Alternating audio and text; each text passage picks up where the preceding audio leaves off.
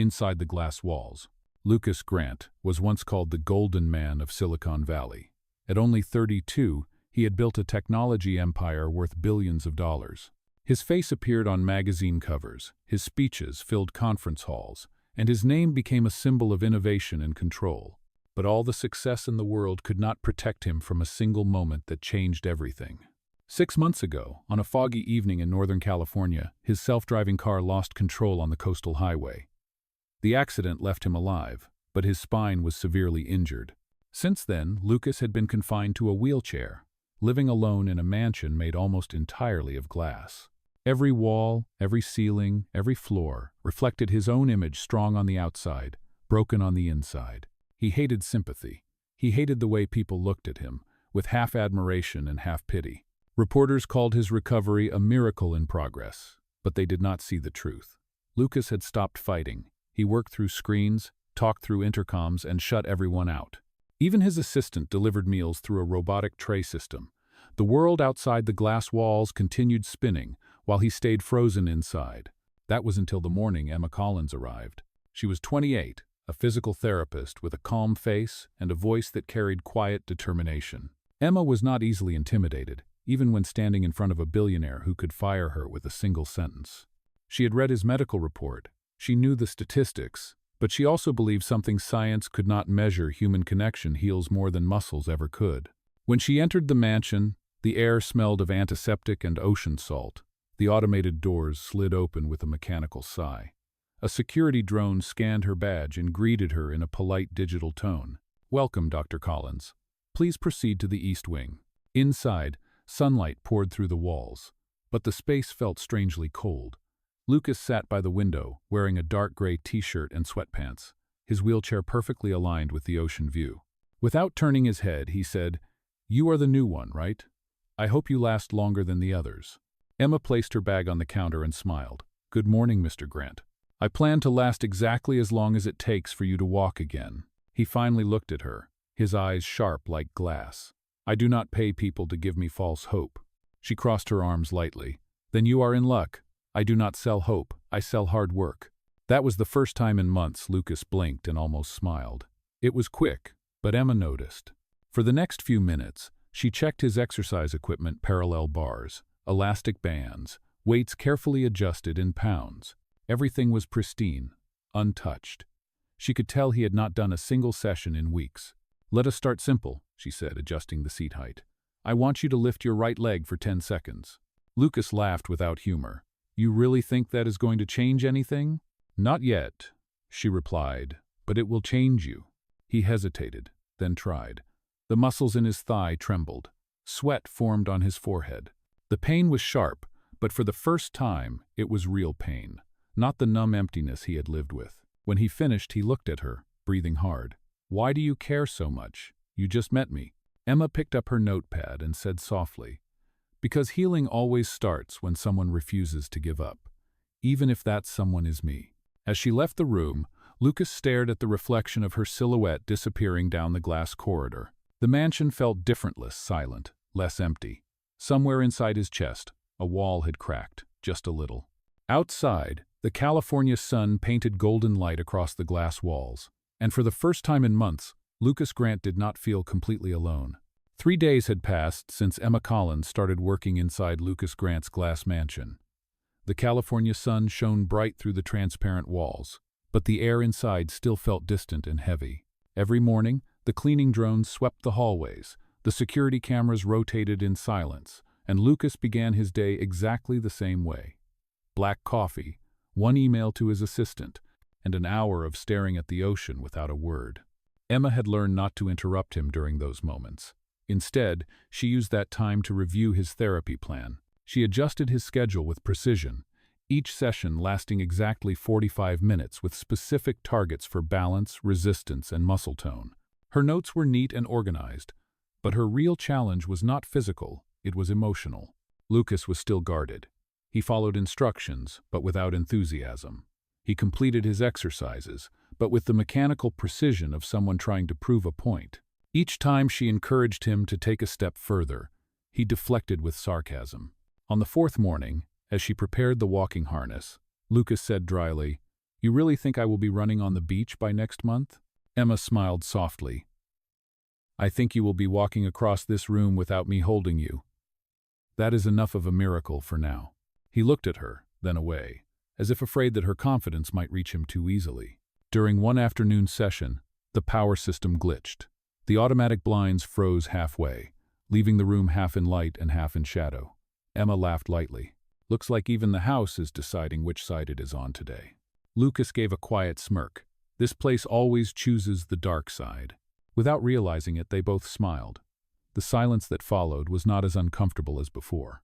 Later that evening, Emma stayed longer than usual to log his progress. She heard faint music from another room, piano notes, slow and uneven. Curious, she walked down the hall and stopped near the open door. Lucas was at the grand piano, his fingers stiff but trying to find melody. The view behind him showed the Pacific horizon painted in gold. She said softly, "I did not know you played." He did not look up. "I used to. Now it is more of a reminder of what I lost." Emma walked closer. "Then maybe it can become part of what you regain." Kogon. For a long moment, the only sound was the ocean outside. Then Lucas said, "You talk like someone who has never lost anything." She hesitated, her voice quiet but steady. "My mother.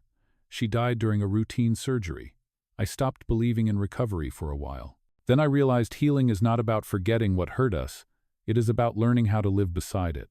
Lucas turned toward her for the first time. His expression softened, the arrogance gone. "I am sorry," he said simply. Emma nodded. "Do not be. It is why I am here." That night, something shifted between them.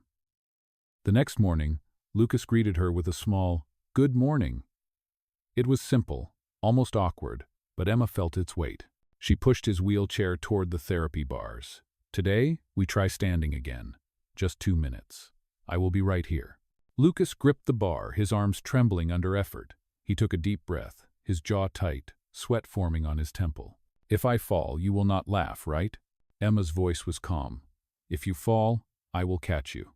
That is part of the deal." He stood. 1 second. 2. 5. His knees wavered but held. The reflection in the glass showed him standing taller than he had in months. When the timer beeped, he slowly sat back, breathing hard. Emma clapped once. 2 minutes and 10 seconds. That is progress.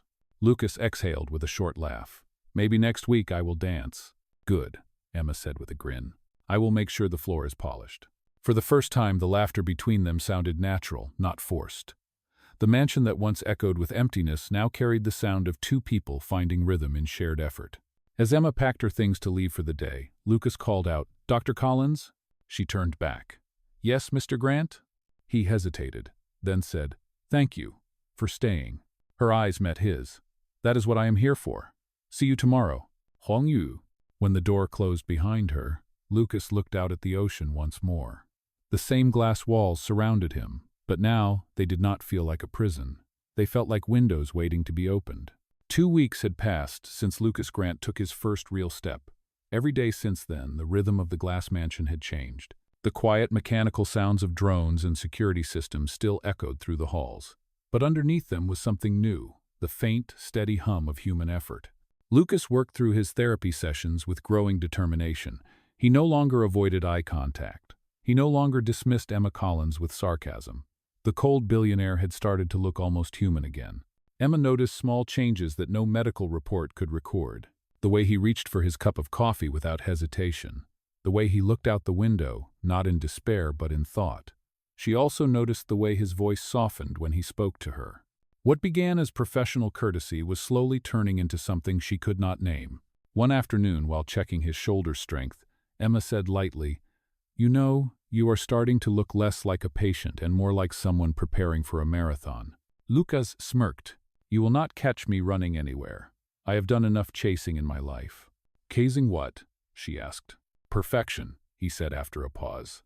"And it nearly killed me." Emma nodded slowly. "Then maybe this time you can chase peace instead." He looked at her with a quiet smile. "Peace sounds expensive. Good thing I do not charge by the hour for that," she replied. They both laughed, and the sound filled the sterile air of the room like sunlight breaking through clouds. That evening, Emma stayed later than usual. The sunset poured golden light into the living area, turning the walls into mirrors of fire. Lucas sat by the window, his wheelchair angled toward the view. He gestured toward the empty chair beside him. "Sit down for a moment. You have been running around all day." Emma hesitated, then took the seat. The ocean stretched endlessly before them. Lucas spoke quietly. "Do you ever get tired of helping people like me?" She looked at him, surprised. "No. Sometimes it hurts, but never enough to stop." "Why do you ask?" "Because I think I am starting to forget what it feels like to deserve help," he said, his voice barely above a whisper. Emma's tone softened. "You do not earn help, Lucas. You accept it. That is the difference." Their eyes met, and for a moment neither spoke. The tension between them was delicate, like glass fragile but shining. Then, from the corner of the room, a notification beeped on Lucas's tablet. He turned it on, and the glow from the screen reflected across his face.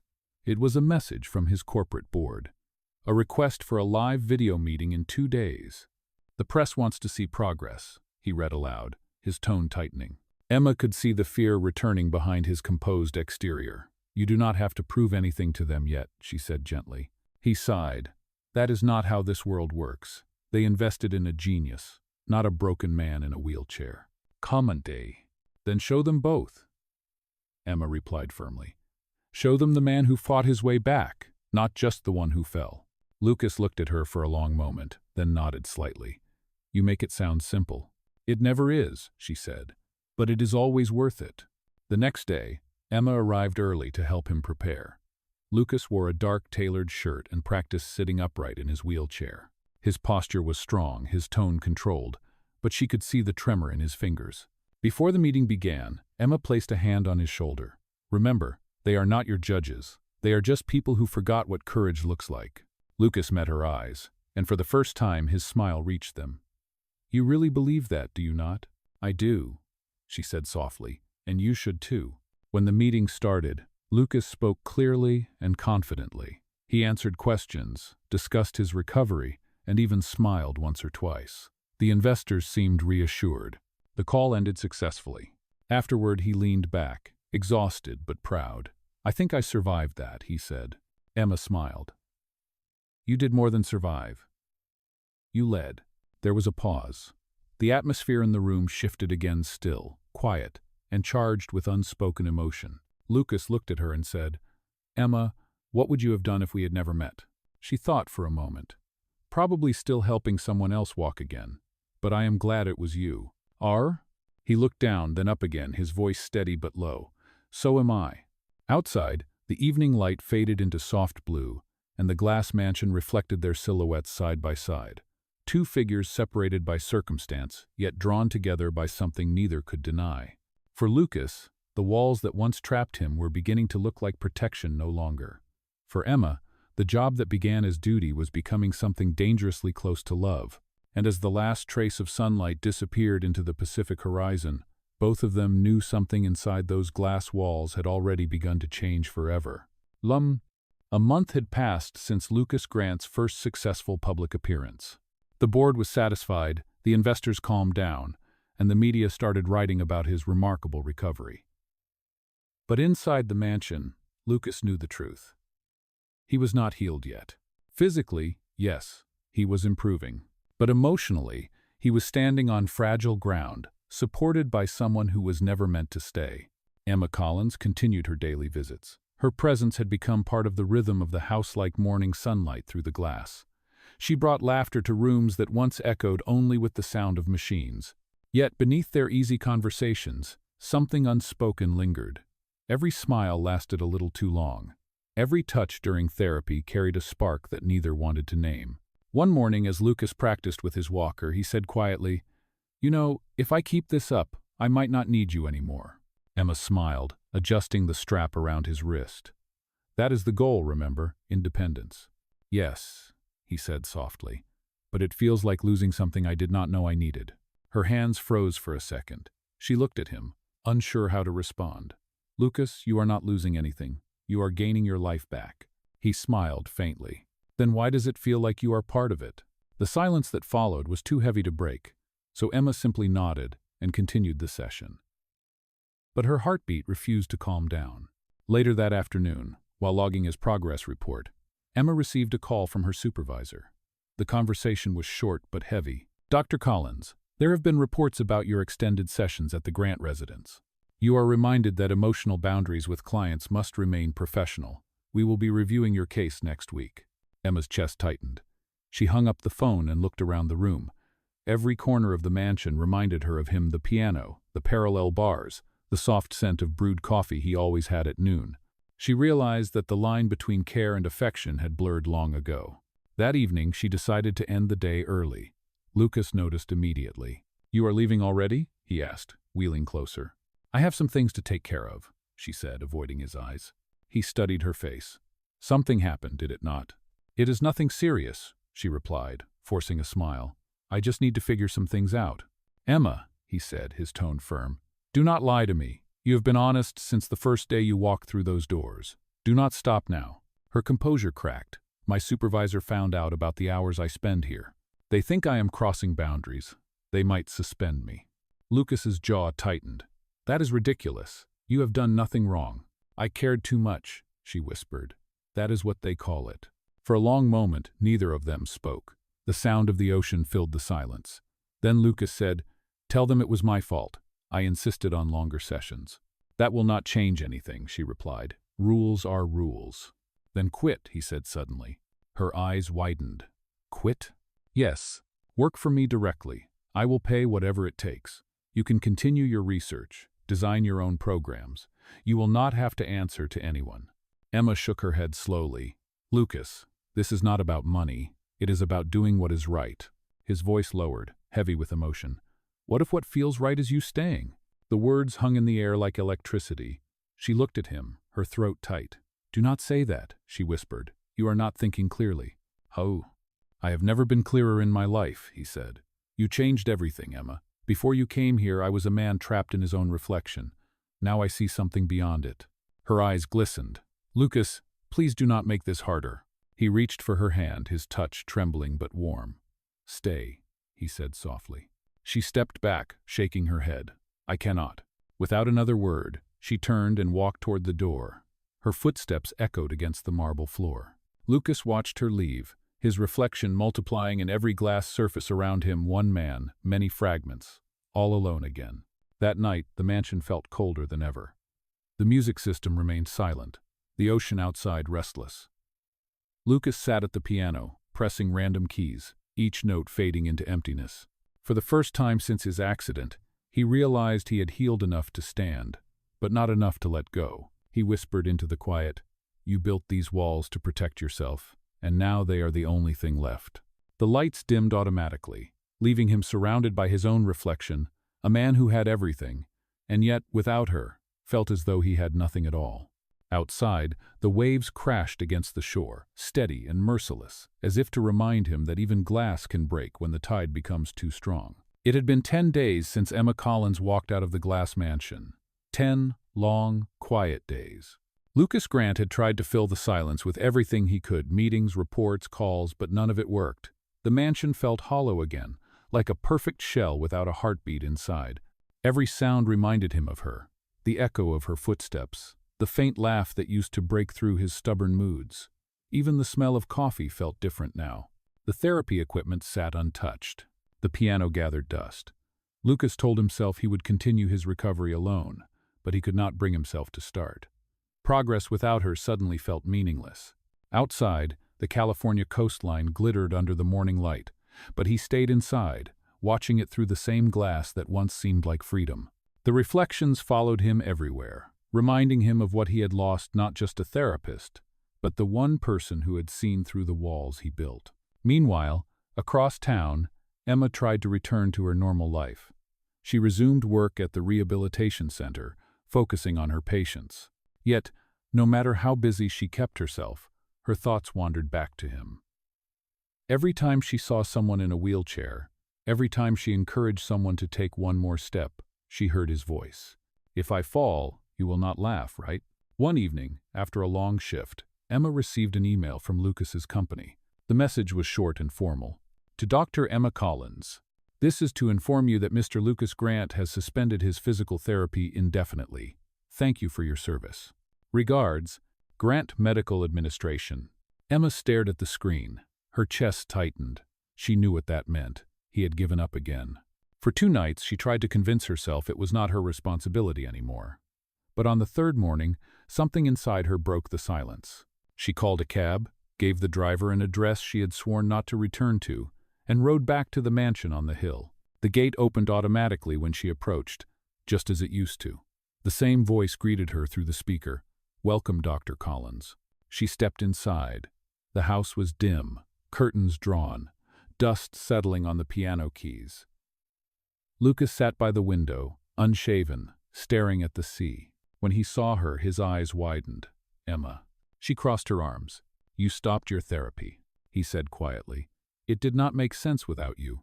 "That is not how healing works," she replied firmly. "You do not stop because the person helping you leaves. You continue because you deserve to live." He looked down, his voice low. "I do not know how to do this without you." Emma took a slow breath. "Then let me remind you." She walked over to the therapy bars, brushed off the dust, and turned back to him. "Stand up, Lucas." He stared at her in disbelief. "Emma, I cannot." "Yes, you can," she interrupted. "You have done this before. You just forgot why." For a moment, neither moved. Then Lucas rolled forward, placed his hands on the bars, and pushed. His legs trembled. The effort was raw, uneven, but real. Emma stood behind him, ready to steady his shoulders if he slipped. "Do not think," she said. "Just breathe. Feel the ground again." He managed one step, then another. His breathing quickened, sweat forming on his forehead. The silence broke with his voice, rough but determined. "Why did you come back?" "Because I made a promise," she said. "Not to you, but to myself. I do not walk away from someone who is still fighting." He took another step, his grip tightening. "You said you could not stay." "I cannot stay as your therapist," she replied softly, "but I can stay as someone who believes in you." He turned his head, eyes meeting hers. In that moment, the air between them shifted again, no longer professional, no longer bound by duty, but something human and real. When he finally sat down, exhausted, Emma knelt beside him. "You did it," she said. He gave a faint smile. "Not without you." She shook her head gently. "You did it because you decided to." For the first time in weeks, Lucas laughed, not the hollow laugh of sarcasm, but something genuine. "You always find a way to win an argument, do you not?" Emma smiled. "Only when I am right." Outside, the sky began to darken as waves crashed against the cliffs below. The mansion felt alive again, filled not with noise, but with presence, with connection. As Emma prepared to leave, Lucas spoke again, his voice steady this time. "You said once that healing is about learning to live beside the pain. Maybe you are right. But maybe healing is also about finding someone who reminds you that life is still beautiful." "Pom?" She turned back, her expression soft but unreadable. "Then do not forget that, Lucas." When she stepped out, he watched her disappear down the hallway of glass. The reflections followed her until the door closed. Lucas turned toward the ocean, the glass no longer feeling like a cage, but like a mirror reflecting the person he was becoming. Somewhere in the rhythm of the waves and the echo of her footsteps, he understood he was no longer the man trapped inside the glass walls. He was learning, slowly and painfully, to live beyond them. 2 weeks had passed since Emma Collins returned to the glass mansion. Her visits were no longer part of a contract, no longer a professional duty. She came because she chose to. Lucas Grant did not ask for explanations anymore. He simply accepted that her presence made the walls less empty. The therapy sessions continued, but they felt different now. There was laughter between the exercises, shared coffee after training, and quiet moments where words were unnecessary. Lucas had started to walk short distances with his cane, his steps unsteady but filled with purpose. Every small victory felt like a miracle measured not in miles but in courage. One morning, while Emma was adjusting his support strap, Lucas said, "You know, I used to think power was about controlling everything around me. Now I realize real power is just being able to stand up again." Emma smiled softly. "That is the kind of power no company can buy." He looked at her, his expression thoughtful. "You are the reason I found it." She shook her head. "No, Lucas, you found it because you stopped fighting yourself." Their eyes met, and for a moment, the silence between them carried more truth than any confession could. That evening, the two of them sat on the balcony overlooking the Pacific Ocean. The sun melted into the horizon, painting the sky in orange and gold. Lucas leaned back in his chair, his cane resting beside him. He asked quietly, "Do you ever think about what will happen after this? After I am fully recovered?" Emma hesitated. I try not to. It makes things complicated. He turned his head toward her. It already is. Her voice was gentle but firm. Lucas, you are my former patient. People will never understand this connection. Let them misunderstand, he said. I am tired of living for what people think. She looked down at her hands, her heartbeat quickening. This is not about reputation. It is about boundaries. Lucas exhaled slowly, frustration and affection mixing in his tone. Boundaries are just another kind of glass wall, Emma. You helped me break mine. Do not build a new one between us. Her eyes met his, and for the first time, she had no words. The sound of the ocean filled the silence. The waves rolled against the cliffs like a heartbeat, steady and constant. For a few seconds, they simply sat there, two people on opposite sides of an invisible line, both afraid to cross it, both afraid not to. The next day, Emma arrived early. She found Lucas already standing near the piano, practicing his balance by leaning against the instrument. When he saw her, a faint smile appeared on his face. I thought I would surprise you. She laughed softly. You just wanted an excuse to show off. Maybe, he said. Or maybe I wanted to see if you would smile like that again. Emma's cheeks flushed slightly. She tried to refocus. All right, Mr. Grant. Time for your morning exercises. Only if you promise to stop calling me that, he said teasingly. What should I call you then? Lucas, he replied simply. She hesitated, then said it. All right, Lucas. Let us begin. The sound of his name in her voice seemed to soften him instantly. Later that afternoon, a storm rolled over the coast. Rain struck the glass walls, and thunder echoed across the house. The power flickered once before stabilizing. Emma and Lucas stood near the window, watching lightning flash over the ocean. It is beautiful, she said. It is terrifying, he replied. That is what makes it beautiful, she answered quietly. He looked at her then, his eyes reflecting the silver light outside. You make everything sound poetic. Maybe I just see things differently, she said. Even broken things can reflect light. He took a slow step toward her, his cane steady on the floor. Including me? She turned toward him, her voice barely above a whisper. Especially you. The air between them shifted. The storm raged outside, but inside, everything went still. Lucas reached out, his hand hovering near her cheek. For a moment, neither moved. Then he pulled back slightly, his breath trembling. I do not want to make you uncomfortable. Emma looked at him, her expression soft. You are not. I just do not know what this is anymore. It is real, he said. Whatever name you want to give it, it is real. She could not argue. Every wall she had built inside herself felt thinner by the second. When the thunder finally faded, she turned to leave. At the door, she paused. Rest, Lucas. We will continue tomorrow. He smiled faintly. Tomorrow cannot come soon enough. No, Zay. After she left, Lucas remained by the window, watching the last drops of rain slide down the glass. For the first time, he felt not the reflection of loneliness, but the echo of something new hope. Outside, the storm drifted away. The sky cleared, and the moonlight touched the ocean, lighting the path ahead. Inside, behind the once cold walls, a man who had lost everything was learning to feel again. And though neither of them would say it out loud yet, both knew that whatever was growing between them was no longer a therapy, no longer an arrangement. It was something far more dangerous and far more beautiful. It had been several days since the night of the storm. The air around the mansion had changed.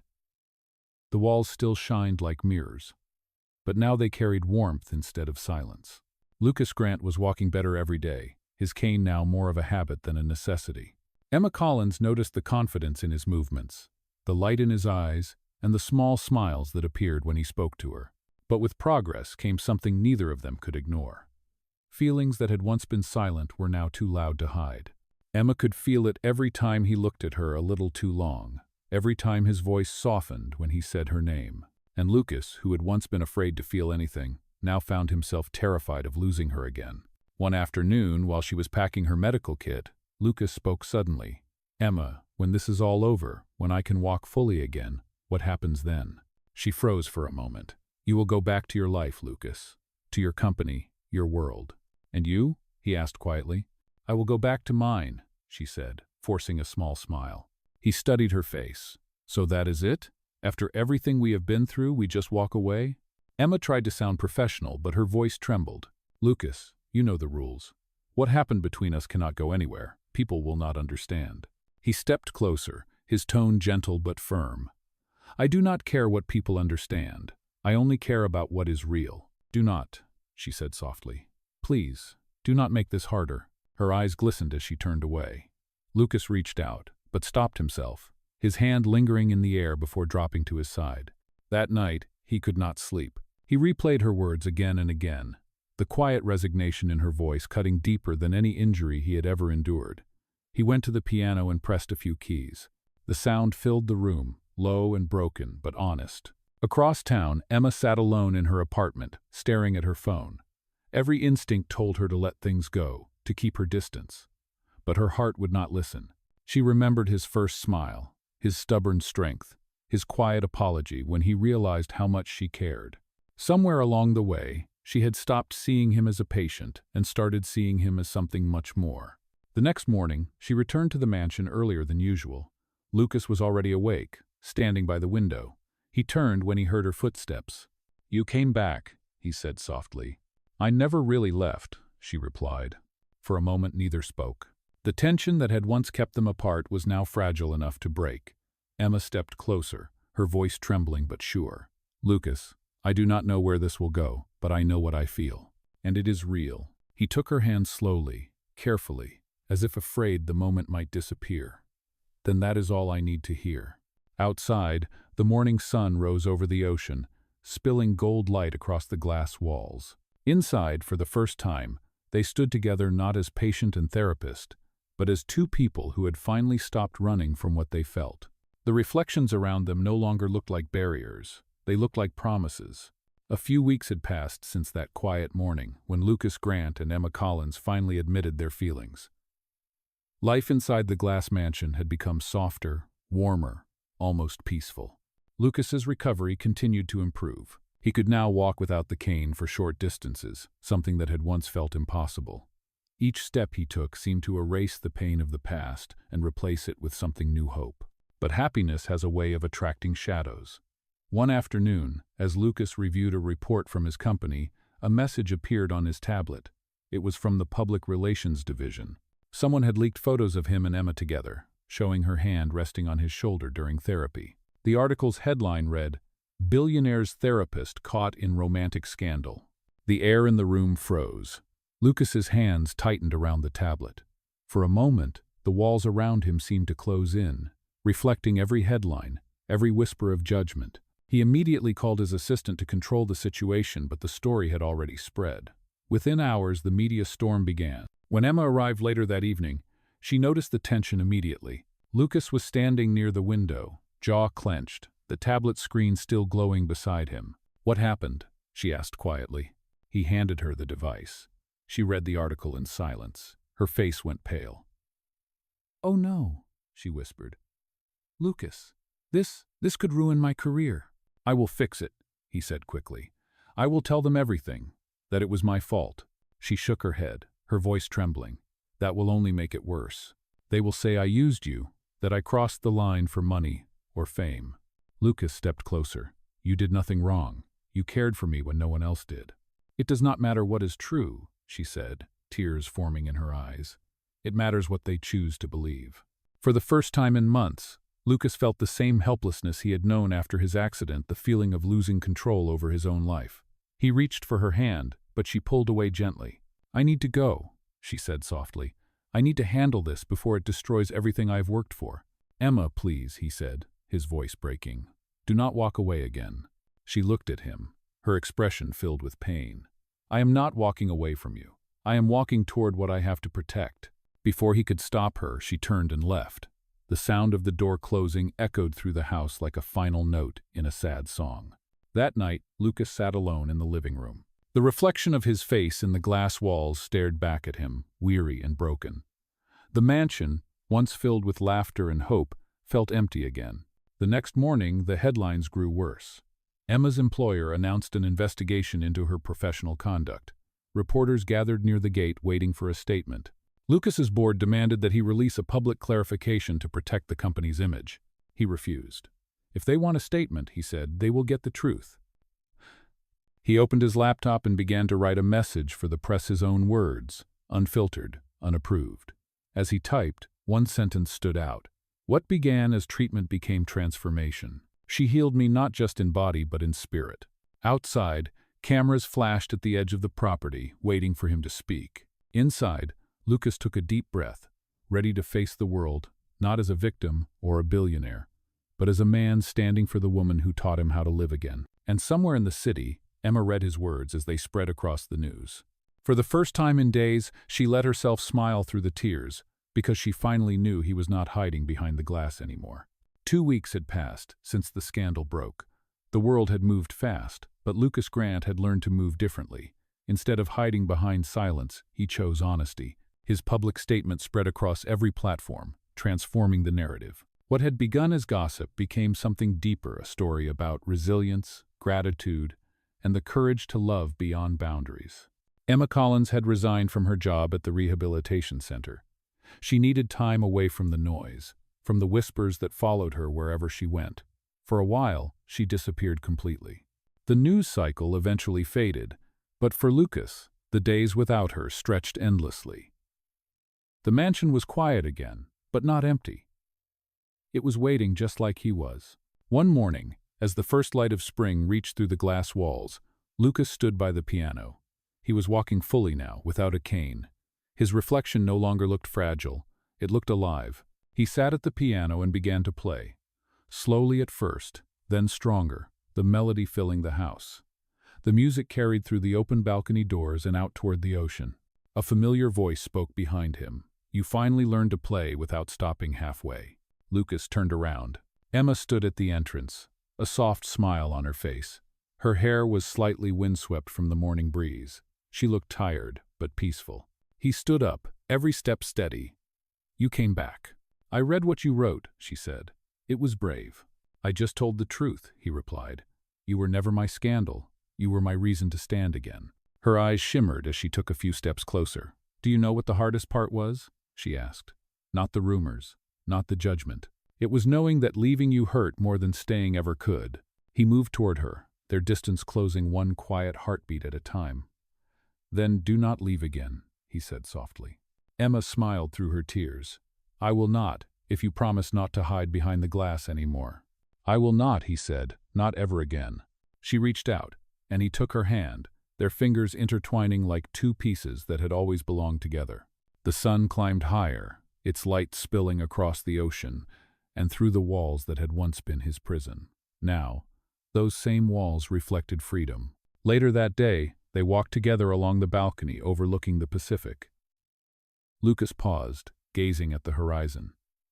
"You know," he said quietly, "I built this house to keep the world out. But now I think it was waiting for someone to let the light in." Emma squeezed his hand. "Then let it stay open." 10.